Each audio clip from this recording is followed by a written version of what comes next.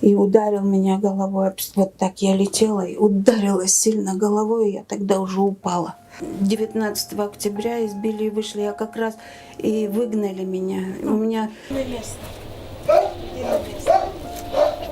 вот курочки, я их кормлю, сейчас наберу. Они несут яички.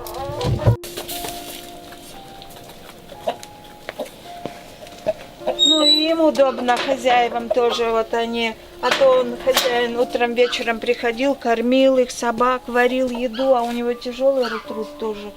Щавель любит, капусту даю, морковки даю, вот.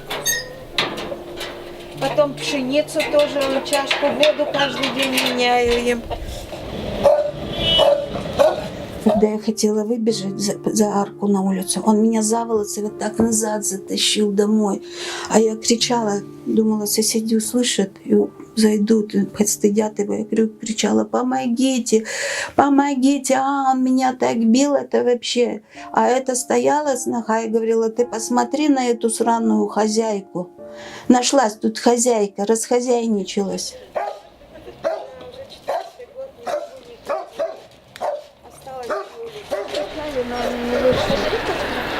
Да, это мой магазин, который я вот лично строила, да. Здрасте. Мы журналисты соединенного издания. Я вам сейчас материал про вашу мать и хотели бы вашу сторону услышать. Угу. Ну, ваша мама говорит, что вы ее избили, выгнали из дома. Что вы ответите? Никто ее не избивал и не выгонял, она ходила сама. Домой зайди. Ну, а почему вы не представили, что бьет все равно? Мы пытались немного раз связаться, она не идет с нами на контакт. Вот сейчас она стоит рядом с вами. Пусть заходит, пусть зайдет домой и живет. Чтобы потом меня не уничтожат же, они меня убьют. Просто обида сильная, сильная обида. Думаю, я вам столько сделала, ведь я ради них жила, ради них работала. И все осталось вот так. Ну что это?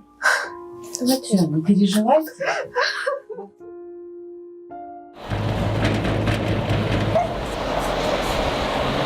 Мне участковый позвонил, говорит: все, завтра он выезжает, выселяется. Я говорит, взяла охранный ордер. Он завтра выселяется, можете завтра заселяться. Ну вот теперь вот это вот все мое. Это мы вот строили с мужем этот дом. Вот братья мои помогали. Ну как, единственное, что я рада, что я не скитаться не буду теперь по сараям чужим, по приютам. Радости нет такой, чтобы вот, я же этого не хотела. Я думала, тут будем жить с внуками, с детьми, все для них старалась.